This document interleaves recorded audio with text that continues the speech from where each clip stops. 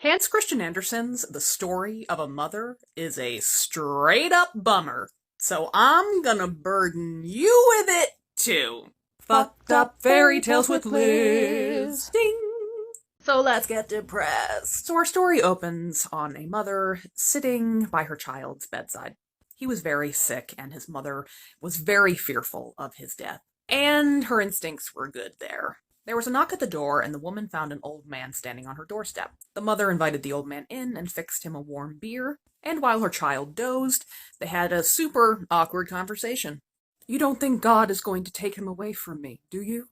Ooh, this is awkward. See, the old man was death himself, and he didn't give her a straight answer.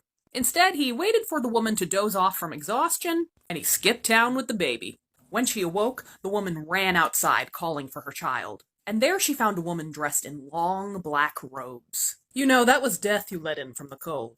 He took your kid, and he doesn't give back what he's taken." "Which way did he go? I'll find him." "Oh, I know which way he went, but I'm not just gonna tell you for free. I'll only tell you if you sing me all the songs that you sung to your child. I just love when you sing. Especially recently, when you've been sobbing while singing to your sick child. That is just, so sad."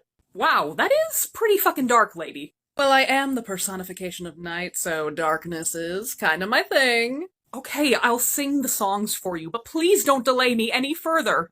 This one was his favorite.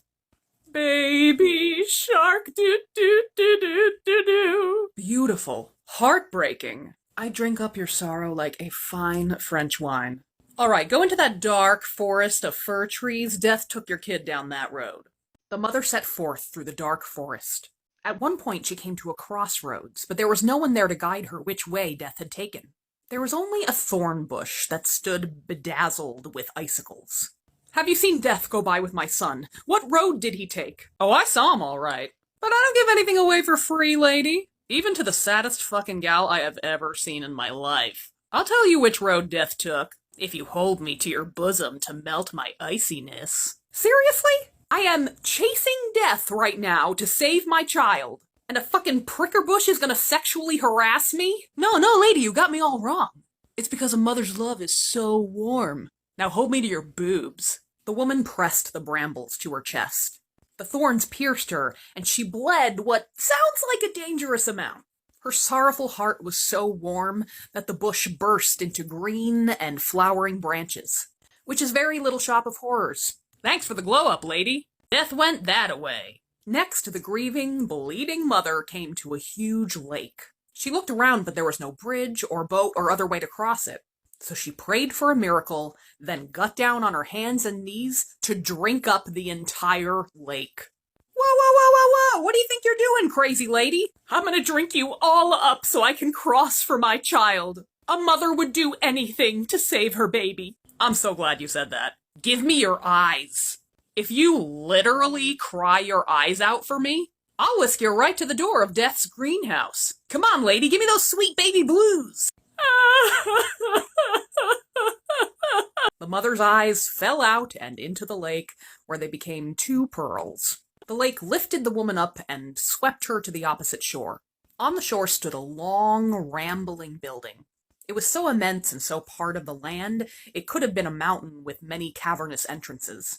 Of course, the mother couldn't see this because that shitty lake wanted her eyeballs for his weird collection. "Is Death here?" "Death isn't home yet. Now how the hell did you get here?" "God help me find my way. He shows mercy and I hope you will too. Where can I find my little boy?" "Say, you're blind." "Wow, I had no idea. Thanks for telling me." "Well, this greenhouse is full of flowers and trees that each represent a human soul. They look like ordinary plants, but if you listen, each one has a heartbeat. You may be able to recognize your child's heartbeat and therefore find his flower. And there may be a way to bargain with Death. But you're not going to tell me unless I give you something, right?" Oh, sorry, I just tapped my nose as if to say, "You got it, sister." "I have nothing left to give, but I would go to the ends of the earth for you." "Now what the hell would I want with that?" "No, lady, I want your hair." "Whatever, bleeding, blind, bald, it's great alliteration." "Oh, well, I'm not completely heartless. You can have my white hair in exchange." Yes, I said I'd do it." Tresemme, ooh la la." I'm waiting! Oh, sorry, I'll bring you to the garden, see if you can find your little boy. Yes, that's him! That's his heartbeat! Oh dear. That is the sickliest crocus I have ever seen. All right, my dear, now don't touch your child's flower. But stand by. When death arrives, you can threaten to rip up all the other flowers here. See, death himself cannot decide when to end a life. That is God's will. So, if death has to account for some surprise deaths to the guy upstairs, well, he's gonna quake in his little death boots. A rush of icy cold swept into the greenhouse, and the mother knew death had arrived. How the hell did you get here before me? Because I am a mother. You don't know half the things I would do for my child. Look, you can't possibly beat me, lady. I am literally God's gardener. I gotta transplant these souls to the Garden of Paradise. It is his will.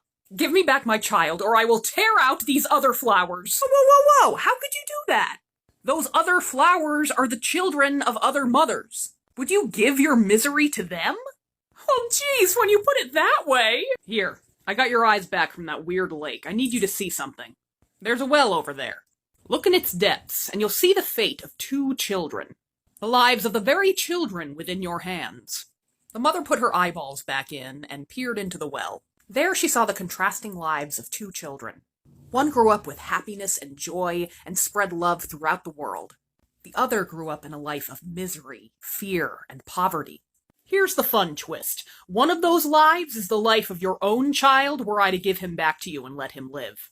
What? Which one? Tell me which is my child's life. You know I'm not going to do that. Then deliver the unhappy child to the Garden of Paradise.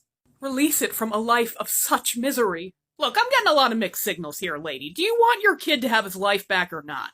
I submit to God's will. You know best, dude. Well, sorry for your loss. Thrilled to have gone through all this for nothing. Cool day. The end. Arms of the angel fly away from here in this. So, yeah, how about some fun facts? My fun facts come from this dope book, The Annotated Hans Christian Andersen by Maria Tatar. It's so pretty, y'all. So apparently Andersen had this recurring nightmare that he would be holding a child to his chest, and the child would waste away until nothing but a wet rag was left. So I'm not going to complain about my, oh my god, I'm back in high school dreams anymore. For his 70th birthday, Andersen received a copy of The Story of Mother in 15 different languages. I mean, it's not the story that I would most want to be remembered for, but you know, those crazy Victorians.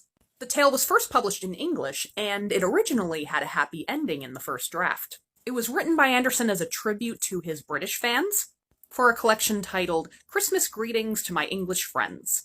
The first draft ended with the mother waking up, realizing it was all a nightmare and that her child was fine. Tatar theorizes that Andersen may have opted for the more tragic ending because it was a reference to the death of Christ, and also that it would have played into the melodrama that the British audience of the time would have loved. Fucked up fairy tales with Liz. Fucked up fairy tales with Liz.